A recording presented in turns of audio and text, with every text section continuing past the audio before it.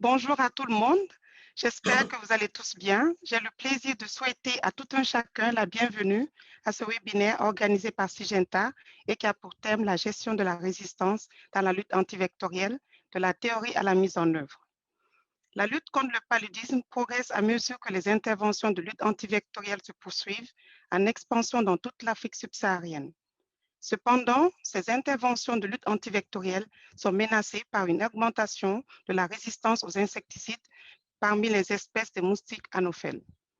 Syngenta, avec le soutien de Goodbye Malaria, partagera des solutions pour atténuer la résistance des vecteurs d'un point de vue scientifique et discuter des expériences pratiques autour des stratégies de rotation des produits utilisés dans différents pays. Avant d'aborder le vif du sujet, nous allons rappeler quelques règles de base d'un webinaire. Tout d'abord, tous les participants sont en mode muet et les caméras désactivées. Syngenta, en tant qu'hôte, enregistrera le webinaire via Zoom et enverra les enregistrements aux participants et les publiera sur notre site Internet après l'événement. Aucun enregistrement par quiconque ou par tout autre moyen n'est autorisé. Si vous avez éventuellement des questions, écrivez-les dans l'espace de questions et réponses. Nous les aborderons à la fin du webinaire ou par écrit. Si vous avez des problèmes techniques, veuillez les écrire dans l'espace de discussion. Si vous avez également des questions sur les pratiques de confidentialité des données de Syngenta, veuillez consulter notre politique de confidentialité disponible sur notre site Internet. Profitez bien de ce webinaire. Sans plus tarder, voilà notre agenda d'aujourd'hui. Nous avons d'abord Dr Robert Ba qui va nous parler de la loterie des moustiques, suivi par le professeur Ousmane Faye de l'Université Cheikh Anta Diop de Dakar, qui va parler sur la gestion de la résistance aux insecticides des vecteurs du paludisme au Sénégal. Ensuite, Dr Léonard Ngwench de la mine TFM de la RDC abordera la sensibilité des moustiques Anopheles gambia aux insecticides à Fungurume, RDC. Et enfin, Dr Antoine Sanou abordera les défis de la lutte antivectorielle au Burkina Faso. Et nous allons terminer par la session de questions et réponses. Sans plus tarder, je vais introduire notre premier intervenant, qui est David Robert Ba.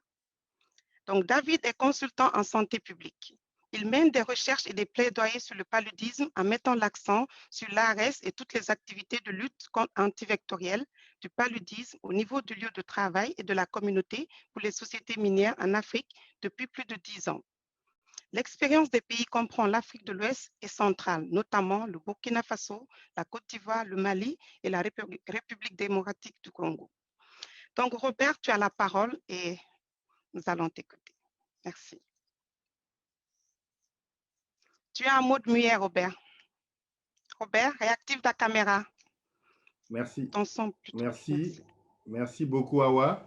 Merci à tous les participants. Effectivement, j'ai l'honneur de vous parler du moustique en tant que sujet de loterie. Alors, pourquoi nous parlons de loterie? Parce que la survie du moustique est une loterie dans le sens où c'est les plus chanceux qui arrivent au stade adulte. Et même à ce stade, il faut être très chanceux pour se reproduire. Alors, du stade larvaire au stade adulte, de nombreux facteurs endogènes et exogènes peuvent empêcher le moustique de se reproduire, notamment par l'utilisation d'insecticides lors des pulvérisations intradomiciliaires. Un slide. Alors, la loterie, quel est le lien? La loterie est un jeu de hasard où les numéros gagnants sont tirés au sort. Alors, pour le moustique, il doit avoir la bonne combinaison pour pouvoir survivre et perpétuer son espèce. Donc, vous voyez un peu le lien qui existe entre les deux phénomènes. Slide. Alors, et de ce fait, dès qu'il développe au niveau de ces combinaisons certains éléments, il arrive à résister aux insecticides qui sont pulvérisés. Mais qu'est-ce que la résistance? La résistance est un trait héréditaire qui confère à un insecte, un moustique, la faculté de survivre à l'application d'insecticides à des doses létales pour la plupart des individus de la même espèce. Alors, ce slide montre la première génération de moustiques en contact avec un insecticide. Et vous voyez que l'individu en rouge est résistant. Slide. Voilà, ce moustique résistant survit et transmettra à ses descendants les caractéristiques nécessaires à leur survie. Alors, l'année suivante, les descendants ayant les mêmes gènes deviennent proportionnellement plus nombreux. Et vous voyez que les moustiques en bleu sensibles commencent à disparaître parce que tués et ils laissent la place aux moustiques résistants. Slide. Voilà. Après de multiples applications, les insectes résistants deviennent majoritairement plus nombreux dans la population et la descendance nombreuse augmente la probabilité de mutation et l'expansion rapide de la population résistante. Alors là, vous avez comment gérer la résistance. Alors, nous avons parlé de loterie. Si vous avez la bonne combinaison, vous gagnez à tous les coups. Alors, c'est la même chose sur le moustique. Alors, mais que faut-il donc pour éviter cela? Il faut changer la combinaison gagnante en optant pour la rotation des chiffres. Ça, c'est dans le cas de la loterie. Mais dans le cas du moustique, il faut faire de la rotation des insecticides. Et en ce moment-là, le moustique ne pourra pas résister et disparaîtra. Slide. Alors, qu'est-ce qu'il faut donc faire quand on parlait de rotation des chiffres pour la loterie? Au niveau du moustique, des insecticides, il faut faire de la rotation des insecticides des classes chimiques. Alors là, vous avez un exemple de rotation. Le premier exemple montre la rotation, l'alternance entre une classe chimique à un stade de temps bien précis à un autre insecticide l'année qui suit. Mais vous avez aussi la possibilité, si vous avez de nombreux insecticides, la possibilité de pouvoir faire la rotation de la classe chimique 1 à la classe chimique 2, ensuite à la classe chimique 3. Tout dépendra de la politique que le pays adoptera. Slide. Slide. Voilà. Donc, pour de plus amples informations sur le sujet, nous vous invitons à consulter donc le site de l'IRAC, l'Insecticides Resistance Action Committee, à l'adresse suivante. Awa, tu peux revenir sur le slide précédent. À l'adresse suivante, www.irac-du6online.org. Alors, vous pourrez y trouver de nombreuses informations sur la gestion de la résistance aux insecticides. Je vous remercie. Merci beaucoup, Robert, pour cette excellente introduction sur la résistance. Nous allons passer au prochain intervenant, qui est professeur Ousmane Faye. Donc, professeur Faye est entomologiste médical, professeur à la faculté des sciences et techniques de l'université Cheikh Anta Diop de Dakar au Sénégal. Il est membre de l'équipe de mise en place du programme national de lutte contre le paludisme du Sénégal. Il effectue des recherches sur les vecteurs du paludisme et essaie de lutte antivectorielle au Sénégal. Il est également ancien conseiller de l'OMS Afro dans l'équipe sous-régionale de l'Afrique centrale et l'Afrique de l'Ouest. Il est expert consultant de l'OMS, Rollback Malaria, Fonds mondial et autres organisations. Il participe à la supervision de l'évaluation de la pulvérisation ou aspersion intradomiciliaire au Sénégal dans les programmes President Malaria Initiative et de nouveaux produits insecticides. Il est actuellement en position de retraité. Professeur Faye, la parole est à vous. Merci.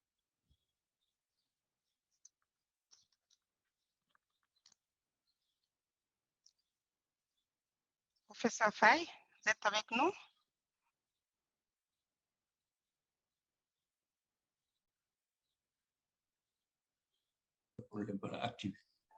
Je disais que je suis un analphabète en matière de webinaire, tout ce qui est modernité avec les vidéos et autres, je ne suis pas très bien calé, mais on va essayer. Diapo suivante.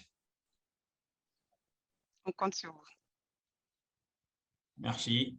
On passe à la diapo suivante. Moi, je ne l'ai pas au niveau de mon écran.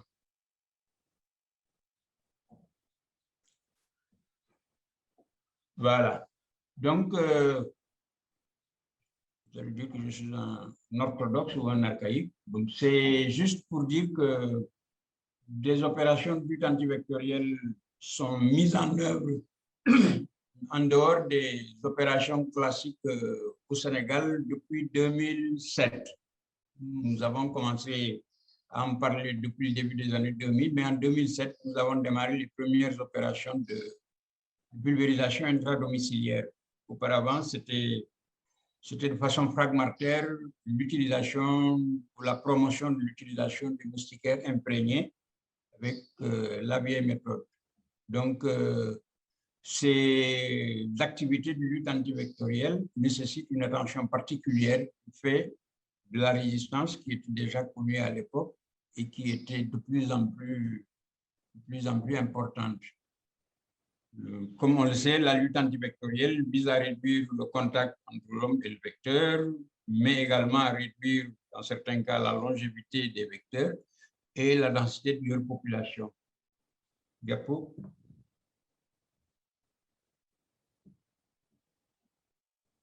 Ah, ça ne change pas. Diapo. Voilà. Donc, les moustiquaires ont été utilisés et constituent le socle de la lutte antivectorielle. L'aspersion intradomiciliaire d'insecticides à effet rémanent et également a été introduit, comme je viens de le dire, en 2007 dans quelques districts sanitaires, pas à l'échelle de tout le pays. Et cette introduction avait pris en compte les trois principaux faciès épidémiologiques du pays, où un ou deux districts avaient été sélectionnés. La lutte contre les larves est également une composante de la lutte contre les vecteurs, mais cette lutte antilarvaire est relativement rudimentaire, on peut dire à l'état expérimental, avec des formulations, de nouvelles formulations de l'herbicide qui ont pu être évaluées à l'échelle du laboratoire d'abord, au niveau de stations expérimentales, mais également à l'échelle de certains sites villageois. Et pour la lutte antilarvaire, ça n'a pas bougé un peu de ce stade-là. Diapositive. Diapo. Voilà. Concernant les moustiquaires, on a une idée des quantités un peu derrière pour les moustiquaires. Parce que là, c'est la diapo de l'AID. On peut revenir à la première diapo des résultats des périodes de lutte. Voilà. On a donc une idée de la quantité de moustiquaires distribués depuis 2008. On commençait déjà à avoir des moustiquaires fabriqués à l'usine et qui pouvaient distribuer en campagne de masse. Et en 2016, on a pratiquement atteint le maximum de moustiquaires distribués à l'échelle du pays en campagne de masse et en routine. À côté de ces moustiquaires imprégnés, comme je le disais tout à l'heure, il y a les pulvérisations intradomiciliaires ou l'aspersion intradomiciliaire d'insecticides à effet rémanent, qui avait donc commencé en 2007 au niveau des trois districts cités ici, Vélingara dans le sud, Nioro au centre, Richard Toll au nord. Et cette campagne a commencé avec la lambda Sahel-Trim, avec Icon en WV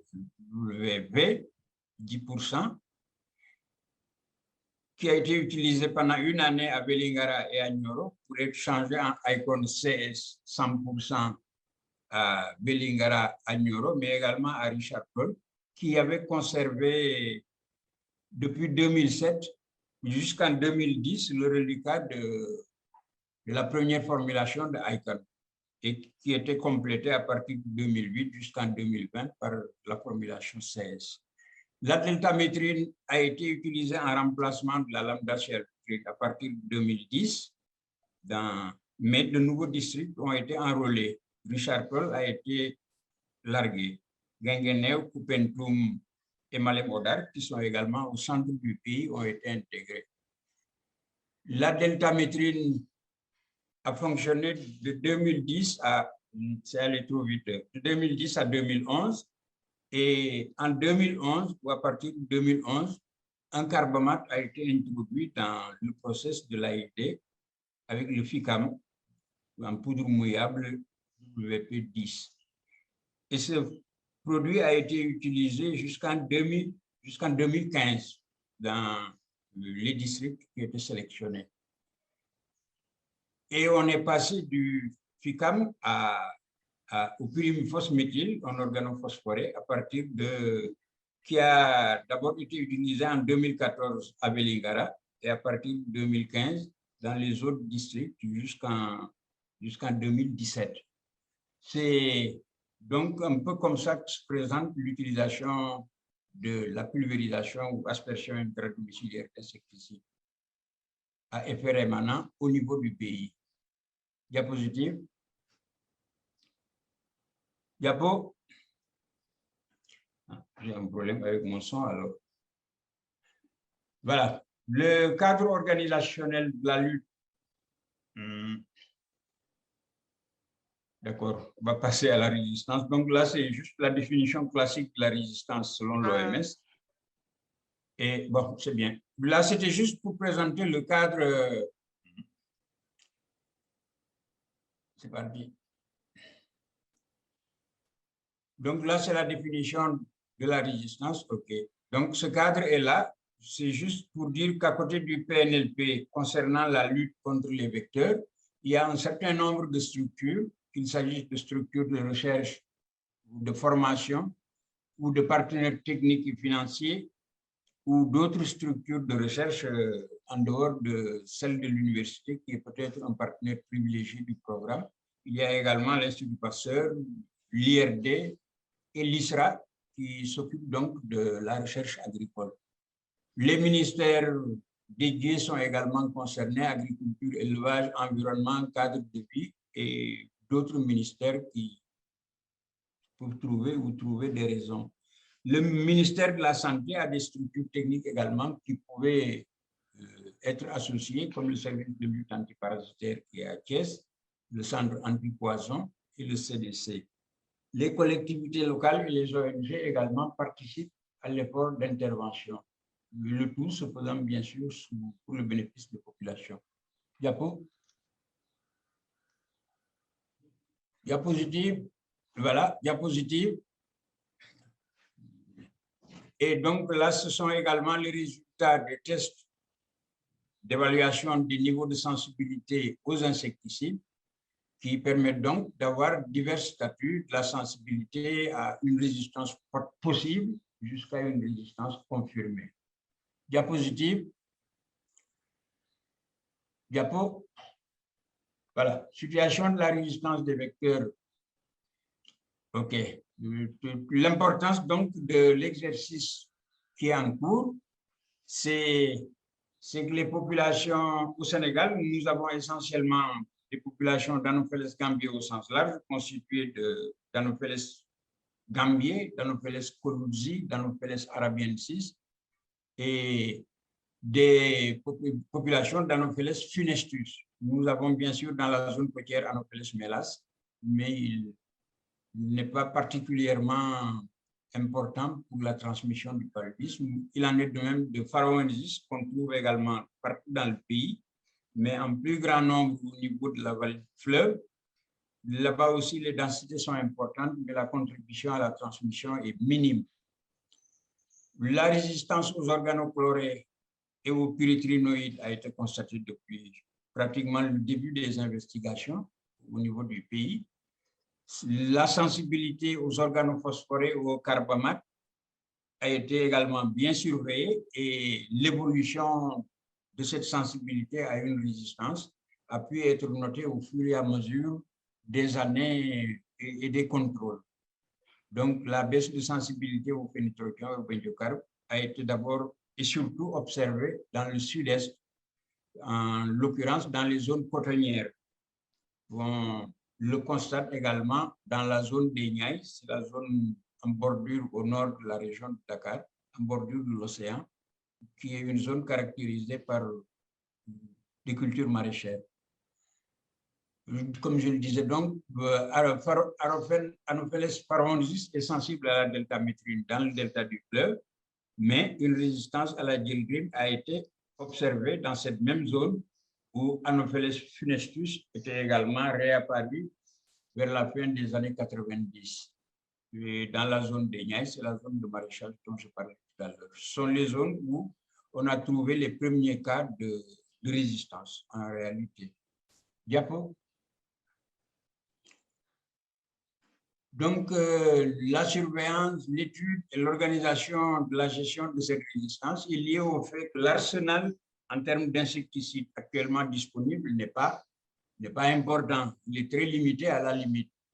Il y a quelques pyrithylinoïdes, 7, quelques organophosphorés, 3, un carbamate et le DDT qui devrait être en ce moment peut-être, je crois, obsolète. Ces molécules, donc, ont besoin d'être remplacées entièrement ou partiellement. Donc, la nécessité d'avoir de nouvelles molécules prenant en compte la réalité de la résistance pour la contourner, pour la supplanter. Pour les moustiquaires, le choix est également très restreint parce qu'il n'y a que les pyrithylinoïdes jusqu'à tout récemment, peut-être, qui sont utilisés ou utilisables pour leur imprégnation. Et il y a bien sûr les complications au niveau de la résistance avec les résistances croisées et les résistances multiples. Diapositive. Diapo. Diapo. Voilà. Donc, ces risques et répercussions de la résistance sont liés au fait que c'est une menace commune et qui s'appuie sur l'utilisation continue ou répétée d'insecticides. Comme on l'a vu avec la première présentation, la pression s'exerce en supprimant les sensibles et en favorisant ou en ne maintenant que les résistants. Donc, il y a un effort à faire de ce côté pour accélérer éventuellement l'amélioration des connaissances de la situation de la résistance dans chaque pays. Diapo. Diapositive. Voilà, là c'est le cadre de gestion de la résistance proposé par l'OMS depuis le début, avec donc les grands axes à privilégier qui correspondent également aux axes qu'on trouve dans tous les documents stratégiques et programmes au niveau des pays. Diapo.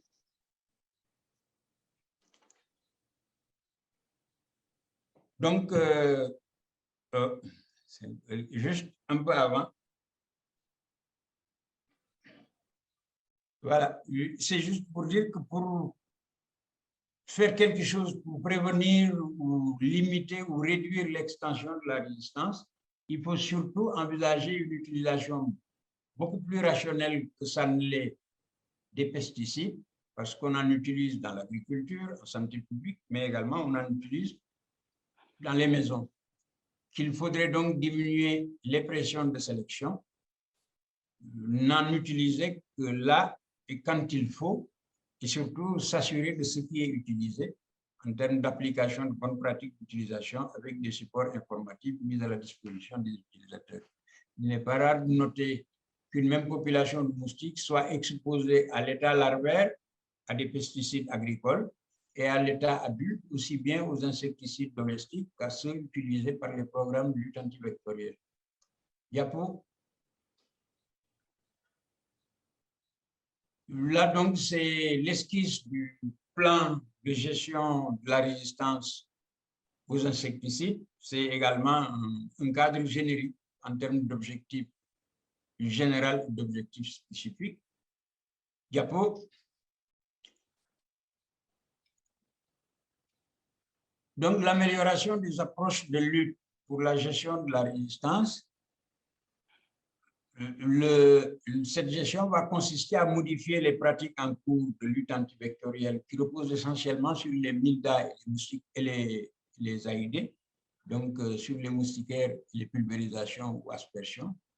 Les approches classiques de gestion sont, comme on l'a dit tout à l'heure, la rotation, donc changer assez régulièrement dans une zone les familles de moustiques, d'insecticides utilisés. On peut également utiliser les insecticides en mosaïque. Différents insecticides en termes de famille et mode d'action peuvent être utilisés dans une zone ou dans une région. Utiliser des pyrétrinoïdes pour l'AID, utiliser un autre insecticide des pyrétrinoïdes pour les moustiquaires et un autre pour l'AID, éventuellement un autre pour les larves si ce type d'intervention est envisagé. On peut également utiliser d'éventuels outils qui pourraient être disponibles à court ou moyen terme pour améliorer et protéger éventuellement certaines familles d'insecticides qui restent encore les piliers de la lutte contre les vecteurs. Diapositive. Donc, le tout repose essentiellement aussi sur un bon réseau de surveillance. C'est-à-dire qu'il faut être sûr de la présence de la résistance et il faut surveiller cette résistance pour peut-être constater éventuellement des améliorations des approches de lutte. Donc, cette surveillance permet de savoir exactement ce qu'on doit faire parce qu'on sait quelle est la situation sur place. Diapo.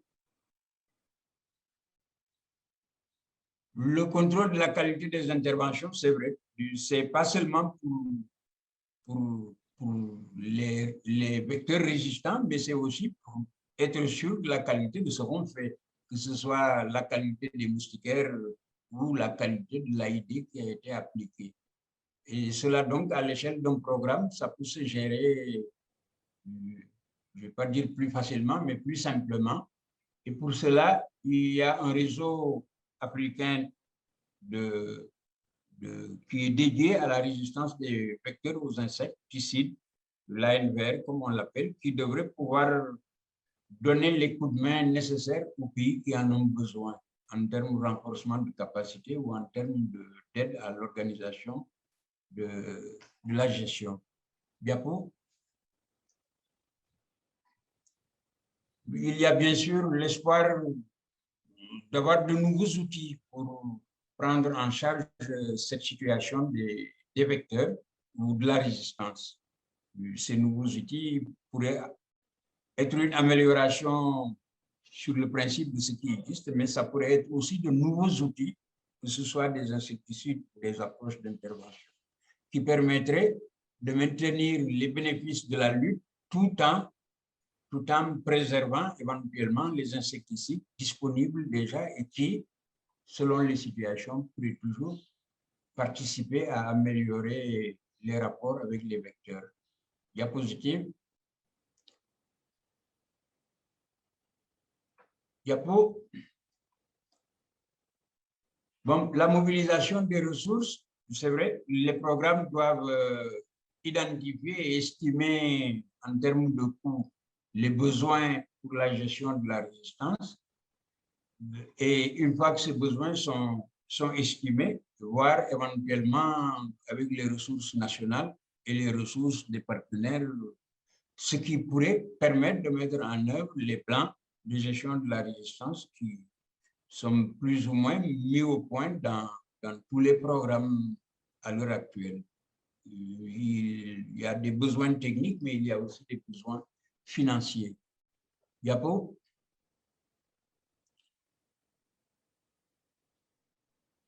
Diapo. Donc, c'était notre dernier slide, professeur. Voilà, donc c'est bon. Je pense que c'était un peu... On a pris goût, hein, on ne voulait plus s'arrêter. Ce qui était prévu pour introduire cette question qui est assez complexe. C'est facile de faire de gros discours là-dessus, mais la réalité en termes de mise en œuvre n'est pas aussi évidente. Merci. Merci à vous, professeur. Merci vraiment pour cette excellente présentation sur la résistance au Sénégal et des solutions en place. Donc, nous allons passer à notre prochain intervenant, qui est Dr Léonard Nguyen-Mutchit. Il est médecin vétérinaire formé à la faculté de médecine vétérinaire de l'Université de Lubumbashi. UNILOU, au service de parasitologie et maladies parasitaires. Il a travaillé comme assistant de recherche au sein de ce service où il a décroché sa maîtrise en parasitologie en 2011. De 2008 à 2018, il est entomologiste de la Société internationale SOS, affecté au projet Tengue Fungurume Mining. En 2019, il devient le responsable du programme de contrôle des vecteurs de cette société. Il est aussi doctorant en entomologie médicale de l'École de santé publique de l'UNILOU. Docteur Léonard, vous avez la parole. Merci. Merci beaucoup, merci à tous. Je vais donc présenter sur la sensibilité des moustiques Anopheles gambiae de Fungurume, où nous sommes en République démocratique du Congo. En fait, où se situe Fungurume? On est dans l'extrême sud de la République démocratique du Congo, dans la province du Lualaba, à 180 km au nord-ouest de Lubumbashi, où la société Tenke Fungurume Mining occupe une concession minière de 1600 km². Slide. Slide. Tenke Fungurume Mining représente le plus grand investissement privé en République démocratique du Congo. Ils produisent le cuivre et le cobalt depuis 2009. C'est une filiale de China Molybdenum depuis 2016 qui possède 80% des parts. Diapo.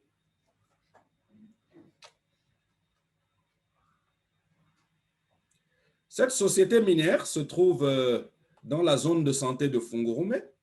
C'est une zone de santé qui a plus de 340 000 habitants, dont plus ou moins 76%, soit 260 000, habitent la concession de Tenke Fungurume Mining.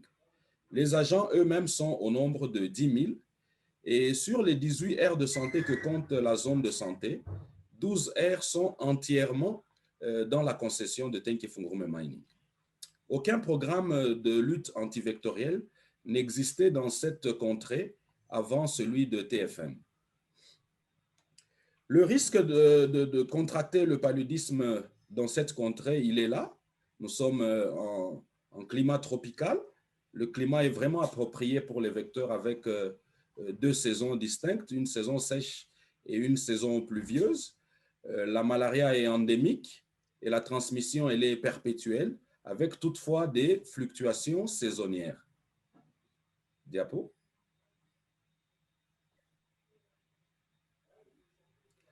Alors, comment s'articule le programme de contrôle du paludisme de TFM? Il a deux grands axes. Il y a l'axe dans la communauté et l'axe en milieu du travail. Dans la communauté, ça veut dire dans toute la concession où il y a plus ou moins 50 villages et 2 municipalités, le programme s'articule autour des campagnes de pulvérisation intra-domiciliaire annuelles qui se font chaque année donc. Et en milieu du travail, là, nous avons un programme un peu plus intégré où plusieurs activités de contrôle du paludisme sont mises en œuvre, depuis la pulvérisation intradomiciliaire, la pulvérisation spatiale, les traitements larvicides et ainsi de suite. Bien. Alors, comme je vous ai dit, ce programme de contrôle des vecteurs a débuté depuis 2008. La première campagne de PID avait eu lieu en 2008, mais avant cela, il y avait eu des activités qui s'étaient faites. C'est ainsi qu'en juin 2006, il y avait eu l'élaboration de la cartographie vectorielle qui avait pu nous montrer que Anopheles gambiae SS était le vecteur principal à plus d'un titre. En mai 2007, il y avait eu la première enquête de prévalence du paludisme dans la communauté, en milieu scolaire, qui avait montré que 77% des élèves qui avaient été examinés avaient des parasites du paludisme, donc les plasmodiums dans le sang. Et toujours en mai 2007, les premiers tests de sensibilité avaient été réalisés sur les moustiques Anopheles gambiae et Anopheles funestus, qui avaient montré qu'il n'y avait pas de résistance au DDT, au bendiocarbe, au malathion et encore moins à la deltamétrine. Dia.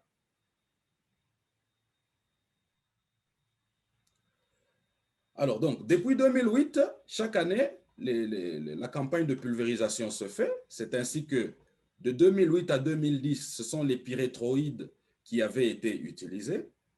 De 2011 à 2014, après avoir découvert la résistance aux pyréthroïdes, ce sont les carbamates qui ont été utilisés. De 2014 à 2019, ce sont les organophosphorés qui ont été utilisés. Et de 2020 à 2021, nous utilisons les néonicotinoïdes. Mais pendant ce temps, il y avait eu 3 campagnes de distribution des masses des moustiquaires en 2008, 2012 et 2016. Alors, comment est-ce que ici à Tenkefungurume Mining, nous faisons le suivi de la résistance? C'est à travers les tests de sensibilité de l'OMS que nous utilisons. Ce sont des tests que nous faisons semestriellement. Donc, chaque semestre, nous nous employons à faire une série de tests selon le protocole de l'OMS. Yeah. Alors, voici les résultats que nous avons des tests de sensibilité. Par rapport au pyrimifos méthyle 0,25%, nous faisons des tests depuis 2014 jusqu'à maintenant. Donc, les derniers tests datent de 2019. Vous pouvez voir la courbe, elle montre que nous avons une sensibilité pratiquement à 100% au pyrimifos méthyle depuis que nous l'utilisons. On a eu 97% en 2014, mais puis la courbe est rentrée à 100% pour toutes ces autres années, malgré que nous avons utilisé cet insecticide pendant 5 années. Dia.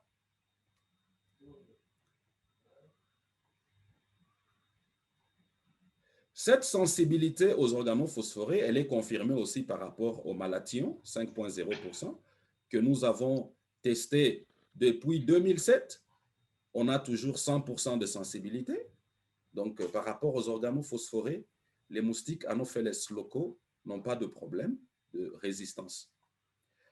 Alors, par rapport au bendiocarbe, nous avons commencé par avoir des bons résultats à 100%. Puis, on a eu des résultats qui ont beaucoup oscillé entre 96 et 100%, jusqu'à avoir 84% en 2018. Puis, en 2019, on est rentré encore à 100%. Cela montre pratiquement qu'il existe parmi les moustiques locaux des moustiques qui ont déjà commencé à développer la résistance au bendiocarbe, et cela montre qu'il faut faire davantage de tests pour confirmer ou non la résistance ou le retour à la sensibilité. Cependant, les tests qu'on a pu faire au bendiocarbe 0,5% et 1,0, des concentrations un peu plus amplifiées, nous ont montré 100% de mortalité. Alors, par rapport au propoxure, oui, Dia? Par rapport au propoxure, là, c'est un peu plus flagrant. On remarque vraiment une certaine résistance des moustiques locaux. En 2011, on avait 100%, mais à partir de 2014, on a des taux de mortalité qui sont un peu plus bas. Cela nous a empêché de pouvoir recourir immédiatement au carbamate à cause de cette situation qu'on vivait avec le propoxure. Dia? Alors, quand on passe au pyréthroïde maintenant, la sensibilité à la deltamétrine 0,05%, on était à 100% en 2007 avant que ce programme ne commence. En 2011, après 3 campagnes, la résistance a commencé. Jusqu'à maintenant, on a toujours des cas de résistance à la deltamétrine. Nous comprenons aussi que malgré que depuis 2011, nous n'utilisons pas les pyréthroïdes, mais le fait que les moustiquaires continuent à être distribués, cela permet que la résistance puisse perdurer. En cherchant à voir un peu quel était le mécanisme, on avait pris des échantillons des moustiques Anopheles locaux qu'on avait envoyés en biologie pour la biologie moléculaire au Ghana en 2014, qui avaient montré que on avait 100% de mutation KDR avec une fréquence de 1.0, alors que la mutation S1 n'avait pas été détectée à l'époque. Et aussi les tests que nous avons réalisés ici même, avec pré-exposition au PBio 4%, les tests effectués en 2015 et 2019 ont montré un retour à la sensibilité à 100%. Dia?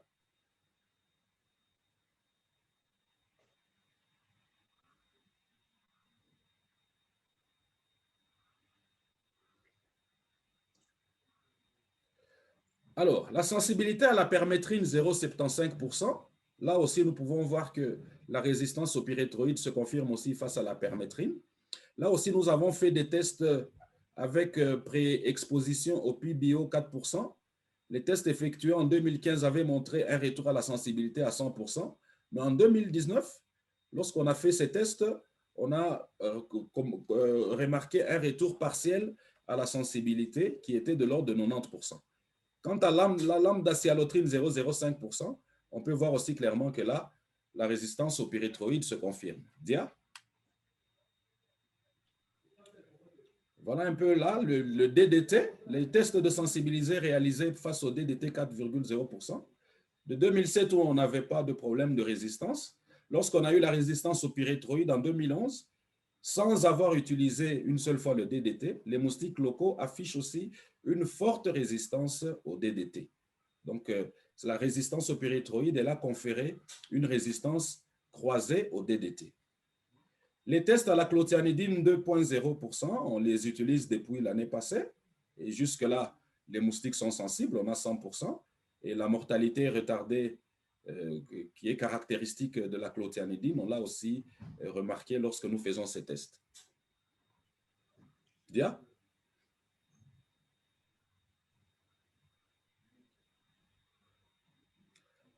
Alors, quels sont les types de résistance au pyréthroïde que nous avons? Sans avoir pu pousser trop en profondeur, du fait qu'ici, nous ne sommes pas un organisme de recherche, mais nous sommes plus dans les mines. On essaie quand même de pousser pour faire un peu de recherche opérationnelle. Alors, qu'est-ce que nous avons pu remarquer? C'est qu'ici, à Tenkefungomo Mining, la résistance KDR est confirmée lorsqu'on tient compte des échantillons qu'on avait envoyés au Ghana en 2014 et quand on tient compte aussi du constat de résistance croisée au DDT. Les mécanismes de la résistance métabolique à travers les oxydases jouent aussi un grand rôle si on tient compte des résultats des tests au piperonil butoxide. Slide. Alors, en conclusion, après 13 ans de contrôle du paludisme avec 12 campagnes de PID et 3 campagnes de distribution des moustiquaires, le statut de la résistance des moustiques ici se présente comme suite. On a une résistance confirmée au pyréthroïde, une résistance croisée confirmée au DDT, une résistance probable au carbamate, et on a une sensibilité aux organophosphorés et aux néonicotinoïdes. Je vous remercie.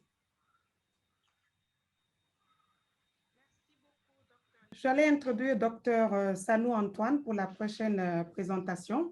Donc, Dr Sanou Antoine est entomologiste médical. Il est responsable du laboratoire de recherche au Centre national de recherche et de formation sur le paludisme. Il a une maîtrise à l'Université de Joseph Kizerbo à Ouaga 1, un master en biologie moléculaire des parasites et vecteurs de maladies avec la Liverpool School of Tropical Medicine en Grande-Bretagne. Il a un PhD en biologie environnementale et évolutive, option recherche de l'Université de Glasgow en Grande-Bretagne. Ses domaines d'intérêt sont le suivi de la résistance aux insecticides et des évaluations des outils antivectoriels, les approches transcriptomiques et les analyses bioinformatiques, et aussi la modélisation de la dynamique de la population vectorielle à l'aide de modèles bayésiens. Donc, Dr Sanou, je vous laisse la parole. Merci. Merci, Awa. Diapo suivante. Donc, comme l'a introduit, je vais parler, on m'entend? Je vais parler donc du défi de la lutte antivectorielle au Burkina Faso en prenant le cas donc, du paludisme. Donc, vous savez tous, ici à l'antenne, que le paludisme donc, est une maladie parasitaire donc, causée donc, par Plasmodium falciparum et l'espèce plasmodiale donc, la plus répandue est l'espèce Plasmodium falciparum. Et elle est transmise donc à l'homme à travers donc, des piqûres de moustiques du genre Anophèle, et notamment les femelles. Et il y a plusieurs espèces donc, de moustiques, donc, je dois dire, et majoritairement au Burkina Faso, donc, nous avons autour de 3 espèces qui sont beaucoup plus impliquées donc, dans la transmission du paludisme. Et dans le monde entier, donc, vous savez tous que l'Organisation mondiale de la santé a dit qu'il y avait plus de 200 millions de cas, plus de 400 000 décès. Mais ce qui est particulier est que dans 70% des cas, en fait, 70% donc de ces cas donc, de décès ou de cas de paludisme ont été retrouvés donc, dans 10 pays africains, dont le Burkina Faso fait partie, et l'Inde. Et ces pays ont été classés donc comme les pays high burden, comme on le dit. Mais au Burkina Faso, qui se retrouve donc, que vous voyez sur la carte ici, au cœur de l'Afrique occidentale, en vert, on avait eu en 2018 près de 12 millions de cas confirmés de paludisme. Et plus de 50% de ces cas donc, ont été retrouvés chez les enfants de moins de 5 ans. Et plus de presque 5 000 de ces diapos, s'il vous plaît. OK. En 2018, selon le ministère de la Santé, le paludisme donc, était le premier cas donc, de décès dans la population mondiale. Donc, pour pallier donc, à ce problème de santé publique au Burkina Faso, le gouvernement donc, a mis en œuvre donc, des priorités donc, sur les diagnostics et sur les traitements, mais aussi la prévention donc, au niveau donc, des enfants de moins de 5 ans et aussi chez les femmes enceintes, mais aussi sur la lutte antivectorielle, diapo, qui est beaucoup plus basée, diapo avant, qui est donc beaucoup plus basée sur l'utilisation des moustiquaires et imprégnées à longue durée d'action et aussi sur la pulvérisation intradomiciliaire. La carte que vous voyez ici nous montre donc la couverture qu'on a eue avec les MILDA en 2018. Diapo, tout n'est pas venu. Oui, vas-y. Donc, en 2018, nous avons eu... Non, en arrière, pardon. Voilà. Merci. Donc, en 2018, donc, je disais que sur cette carte, vous voyez, on avait plus de presque 90% donc, de couverture dans les zones qui sont colorées en vert. Et donc, dans les zones qui sont un peu orangées, c'est là où la couverture était à peu près à 50%. Et depuis 2010, donc, on doit dire, et chaque 3 ans, donc, le gouvernement donc, renouvelle donc, les moustiquaires qui ont été distribués donc, aux populations. Mais la particularité donc, dans ce processus est qu'en 2019, donc, on est passé à des moustiquaires de nouvelle génération, comme le professeur Faye le notait. Et aussi, pour le cas donc, de pulvérisation intradomiciliaire, donc, on a eu donc, à faire donc, des essais donc, en 2011 et en 2012, mais qui se sont arrêtés, d'abord faute de moyens, et ensuite parce que donc, les molécules d'insecticides qui étaient utilisées en son temps avaient rencontré donc, une résistance venant donc, de la population vectorielle. Mais on a aussi, dans une ville, dans la capitale donc, de Ouagadougou, donc, à essayer donc, en 2011-2013 l'utilisation de Bacillus thuringiensis donc, pour la lutte antivectorielle. Diapo.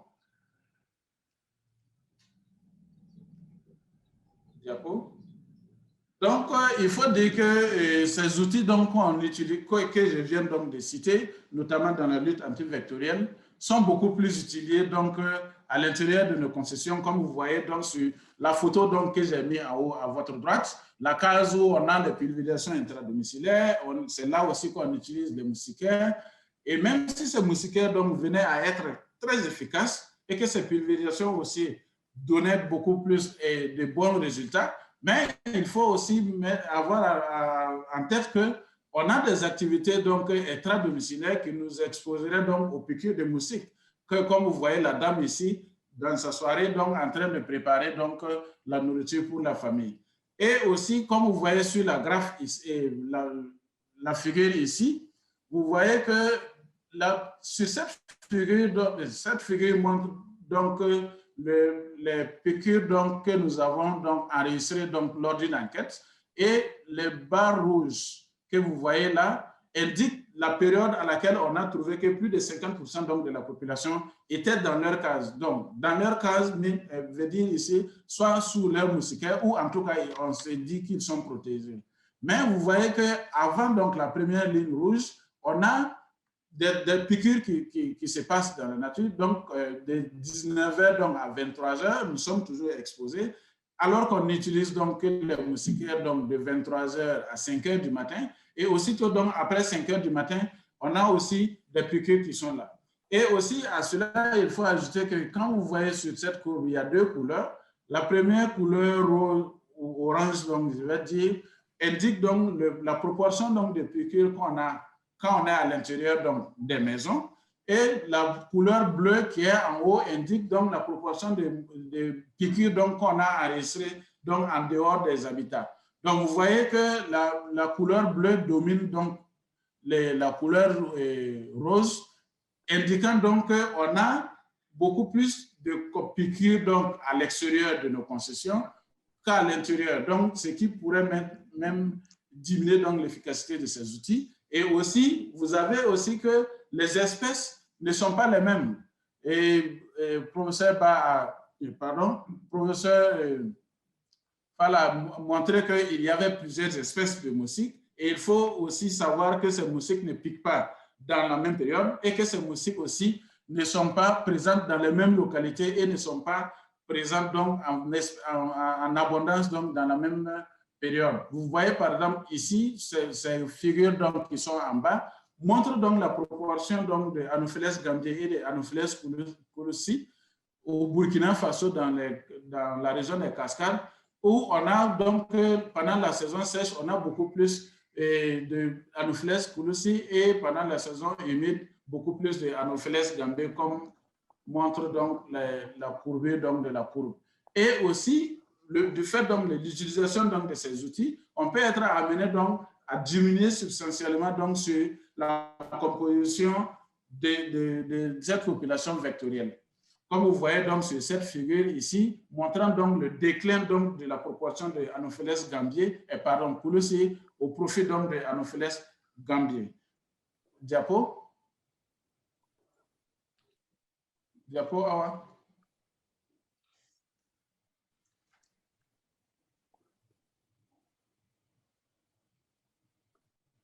Diapo. Désolé, c'est la connexion qui fait défaut. OK.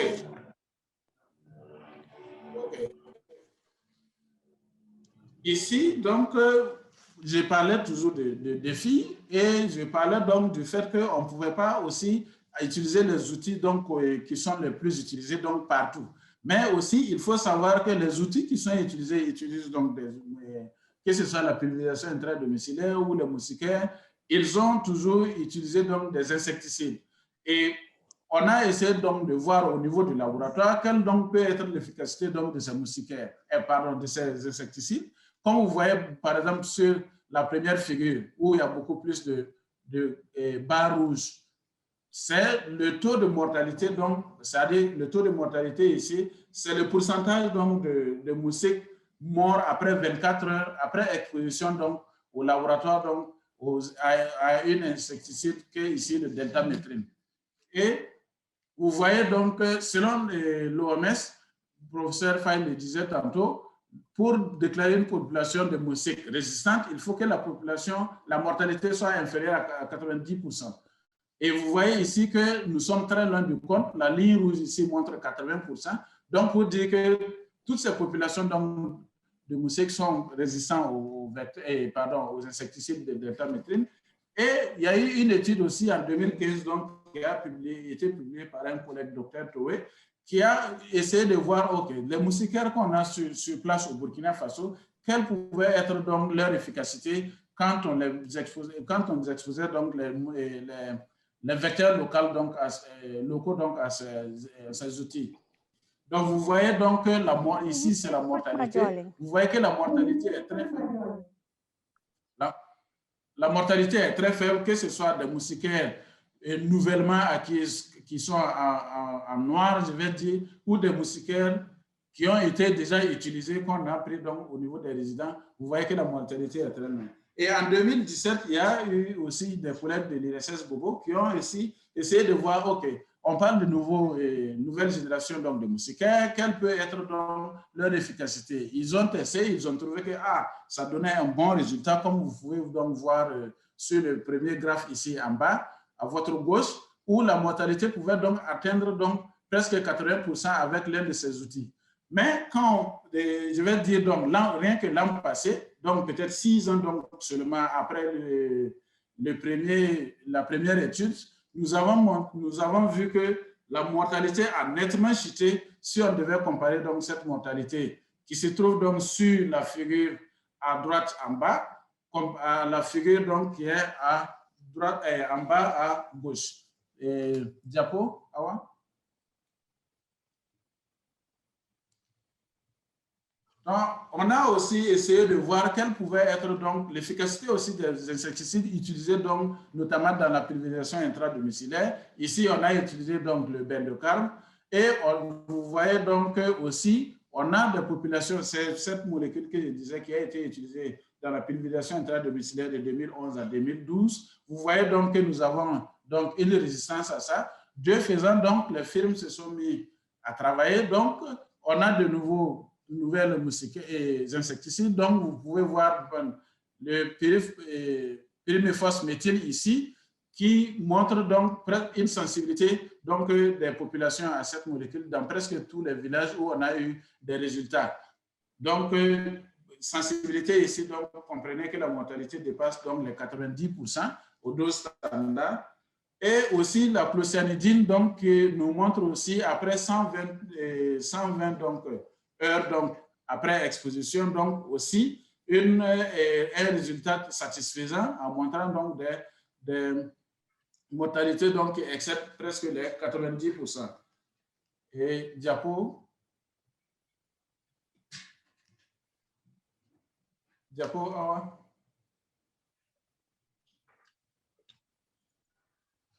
Donc, vous voyez donc que les outils qu'on a déjà sur place rencontrent donc des difficultés, et des difficultés liées donc soit à leur mode d'emploi, si c'est à l'intérieur, des difficultés liées donc soit au développement donc des résistances aux insecticides.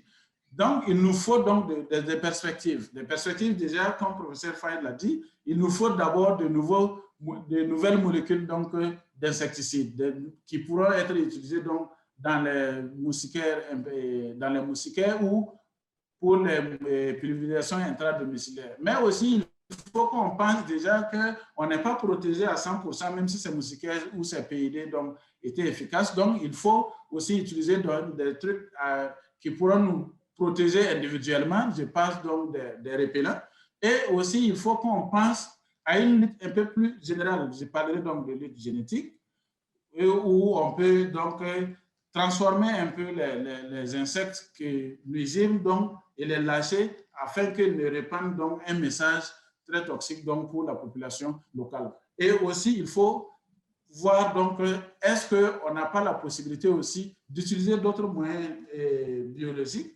Comme je l'ai dit, on a utilisé donc des bactéries à Ouagadougou, mais il y a aussi des collègues à Bobo qui sont en train de voir aussi développer donc des champions qu'on pourrait infecter les moustiques après ou utiliser donc en lieu et place donc de ces insecticides qui pourront peut-être faire effet. Donc, mais je vais dire en emboîtant donc le pas de professeur Faye qu'il faut qu'on ait une bonne gestion donc de l'utilisation de ces insecticides parce que ce n'est pas seulement qu'en santé publique on les utilise, mais aussi dans l'agriculture. Donc, il faut une bonne communication donc, pour pouvoir assurer donc, cette gestion donc, de la résistance aux insecticides. Donc, je vous remercie. Je pense que c'est la fin de la présentation. Voilà. Merci beaucoup, Dr. Sanou, pour avoir partagé l'expérience de Burkina Faso. Donc, on va quand même remercier tous les participants et tous les intervenants pour la qualité des différentes présentations. Nous allons arriver à notre dernier point qui concerne la session de questions et réponses. Je vous préviens déjà, nous avons énormément de questions. On ne pourra pas tous y répondre tout de suite. Comme je l'ai dit au début de l'introduction, nous allons garder certaines questions et nous allons y répondre ultérieurement par mail. Donc, je vais essayer d'adresser quelques questions et on va donner les réponses en conséquence. Donc, notre première question Voilà. Donc, de la résistance des vecteurs aux insecticides à la mise en évidence de leur impact sur l'efficacité des outils de la prévention, la meilleure démarche pour les pays. C'est une question, donc je le lis comme elle a été écrite. Pas lequel des participants voudrait bien y répondre? C'est une question ou une affirmation? C'est une question. De la résistance des vecteurs aux insecticides à la mise en évidence de leur impact sur l'efficacité des outils de prévention, à meilleure démarche pour les pays. Donc ça, c'est la question.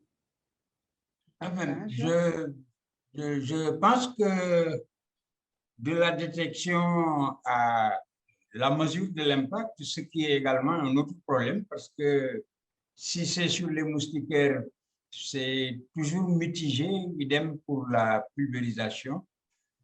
Tout ce qu'on sait, c'est que la résistance ne peut pas être bonne pour la lutte. Et les solutions, c'est un peu ce qui est avancé. Il faut trouver des approches novatrices de lutte. Il faut trouver également des insecticides qui arrivent à contourner les mécanismes actuels de résistance, de façon à avoir encore un peu de temps et un peu de champ pour espérer améliorer les résultats de la lutte. D'accord. Merci, professeur Faye. Donc, la question suivante, les insecticides sont aussi sujets à des intoxications chez les humains. Avez-vous une expérience quelconque avec des moyens bio, une mixture de plantes, par exemple, dans la lutte antivectorielle? Moi, non. Mais nous n'avons pas eu d'accident également. Docteur Sanou, vous voulez intervenir par rapport à cette question? Oui, comme je le disais tantôt dans ma présentation, donc il y a le fait qu'on utilise des insecticides, mais il y a aussi la possibilité d'utiliser d'autres produits bio. Bio, j'ai dit qu'il y a les bacilles qu'on a utilisé, les bactéries plutôt, pour être un terme général, qu'on a utilisé donc à Ouagadougou entre 2011 et 2012. Mais il y a aussi d'autres collègues qui sont en train de développer d'autres méthodes de lutte en utilisant donc des produits bio, notamment donc des champignons. Ils ont trouvé dans la nature qu'il y a des champignons qui naturellement tueraient des moustiques. Mais ce qui était prouvé est que ces champignons tuaient sur 2 semaines si jamais le moustique venait en contact avec le champignon. Donc, 2 semaines, on s'est dit que si dès la première piqûre, donc, comment on appelle ça, du moustique, il est infecté, parce que le moustique naît sans parasite, c'est à l'ordre de ces piqûres qu'il va croiser donc, le microbe donc, du paludisme. Donc, si on se dit que dès le premier jour donc, de son repas sanguin, il a pris donc, le microbe, donc vous voyez que dans les 14 jours, il a la chance donc, de transmettre à des personnes, puisqu'on s'est dit qu'au bout de 10 jours, peut-être, donc les microbes donc, auront cette faculté d'être transmis au prochain qui sera piqué. Donc, on aura une chance d'avoir quelqu'un de piqué dans les 14 jours. Donc, ils sont en train de chercher donc, à diminuer ce délai. Au lieu de 14 jours, maintenant, je pense qu'ils sont à 12 jours en utilisant donc des venins, d'autres, comment on appelle ça, d'autres insectes, pour pouvoir donc booster cela. Donc, c'est ce que je pouvais apporter. Donc, il y a des produits bio, mais comme le professeur a dit, c'est des insecticides et c'est comme dans la nature. Dès qu'il y a la poussière, les gens peuvent commencer à éternuer. Donc, c'est normal qu'il y ait aussi des gens qui peuvent se sentir des allergies et autres aux produits utilisés. Sinon, on pense déjà qu'avec les mesures prises donc, par l'OMS, donc, pour que les moustiquaires soient déjà sur le marché, tout est mis en œuvre pour que les doses qui sont sur ces moustiquaires-là ne soient pas aussi toxiques pour la population. Merci. Awa, je voulais juste ajouter il faut bien comprendre que ce soit cette tendance à parler des produits bio il faudrait savoir que les produits bio sont aussi toxiques que les autres produits. Donc, tout dépend de l'utilisation qui est faite. Et voilà, donc il faut savoir raison garder sur cette nouvelle tendance qui est bien, mais qui n'est pas forcément la sinécure. Voilà, voilà ce que je voulais ajouter. Merci Robert pour cette... Je voulais aussi ajouter quelque chose par rapport aux insecticides justement, parce que tant que les programmes utiliseront des insecticides qui sont recommandés par l'Organisation mondiale de la santé, qui est reconnue pour avoir une grande rigueur avant d'autoriser l'utilisation de ces produits. Je pense que les cas d'intoxication ou d'accident seront très, très limités. Parce que jusqu'au moment où nous parlons, la lutte vectorielle, elle repose entre les mains de l'utilisation des insecticides. Donc, il est question que les programmes ne s'écartent pas des insecticides recommandés par l'OMS. Parce qu'il y en a qui utilisent justement n'importe quoi. Merci, Dr. Léonard, pour ces précisions. J'ai une autre question. Le fait de faire de la rotation dans l'usage des pesticides pourrait-il redonner aux moustiques résistants de la sensibilité? Non, il ne change pas de statut. C'est que la rotation peut permettre de détruire le moustique résistant à un insecticide antérieur. Et donc, en les détruisant, c'est comme si on utilisait l'insecticide qu'il fallait. Mais ça ne change pas le statut d'un moustique. C'est dans la population que ça détruit ceux éventuellement qui étaient résistants à un autre antérieurement utilisé. Excellent, docteur. Quelqu'un d'autre voudrait intervenir sur la question avant qu'on passe à la suivante? Donc, on a une autre question. Quels moyens de suivi utilisez-vous pour s'assurer de la qualité des pulvérisations? Je pense que Dr. Léonard, cette question vous est adressée. Oui, ici chez nous, nous faisons les bioessais, les tests d'efficacité biologique. Nous le faisons sous deux formes. Nous faisons ce qu'on appelle les random bioessays, ça veut dire lorsque des maisons ont été pulvérisées la veille, le lendemain, nous envoyons les techniciens, les techniciens en entomologie qui vont avec des moustiques sensibles pour tester les murs et voir si il y a l'insecticide sur les murs. Et s'il y a l'insecticide, les moustiques qui vont être testés dans les tests en cône vont mourir. Et s'il n'y a pas l'insecticide, on va voir que 24 heures après la pulvérisation, les moustiques ne sont pas morts. En dehors de ça, il y a la formation. La formation, parce qu'avant chaque campagne de pulvérisation, nous appelons les agents de pulvérisation, nous les formons pour nous assurer que la technique même de pulvérisation qu'ils vont faire, elle est bonne et elle répond aux standards qui sont recommandés. Donc, c'est là quelques stratégies qui nous permettent de nous assurer d'une bonne qualité de la pulvérisation. Merci, Dr. Léonard. Nous avons une question qui est vraiment sur le sujet que nous débattons tout de suite là. Donc, on demande la définition de la résistance croisée et la résistance multiple, s'il vous plaît. Pour une résistance croisée, il faut seulement savoir que quand on parle de résistance, on parle d'insecticides et on parle de mécanismes. Donc, ici, résistance croisée veut dire que c'est comme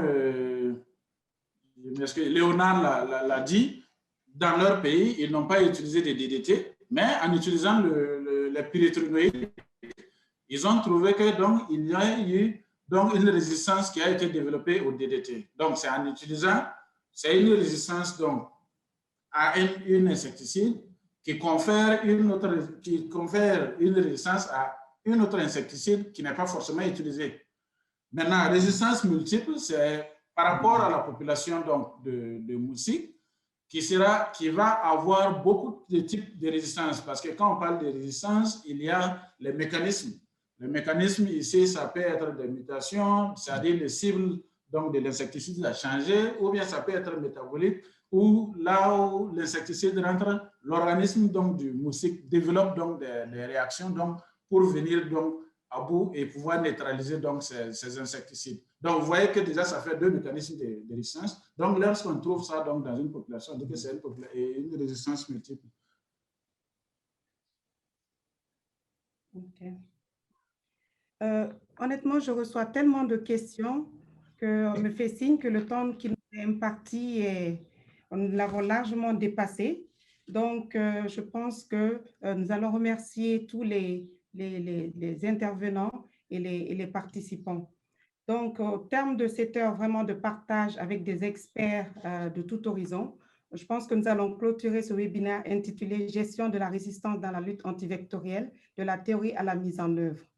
Nous vous donnons sûrement rendez-vous prochainement pour d'autres webinaires avec des thèmes encore plus pointus et espérons compter parmi vous nos futurs speakers et participants. Pensez à faire passer le message auprès de vos amis et collègues et surtout en ces temps de COVID-19, n'oubliez pas les gestes barrières, le port de masque et les gels. Bon retour dans vos activités réciproques et au plaisir de vous retrouver. Merci encore et prenez soin de vous. Au revoir.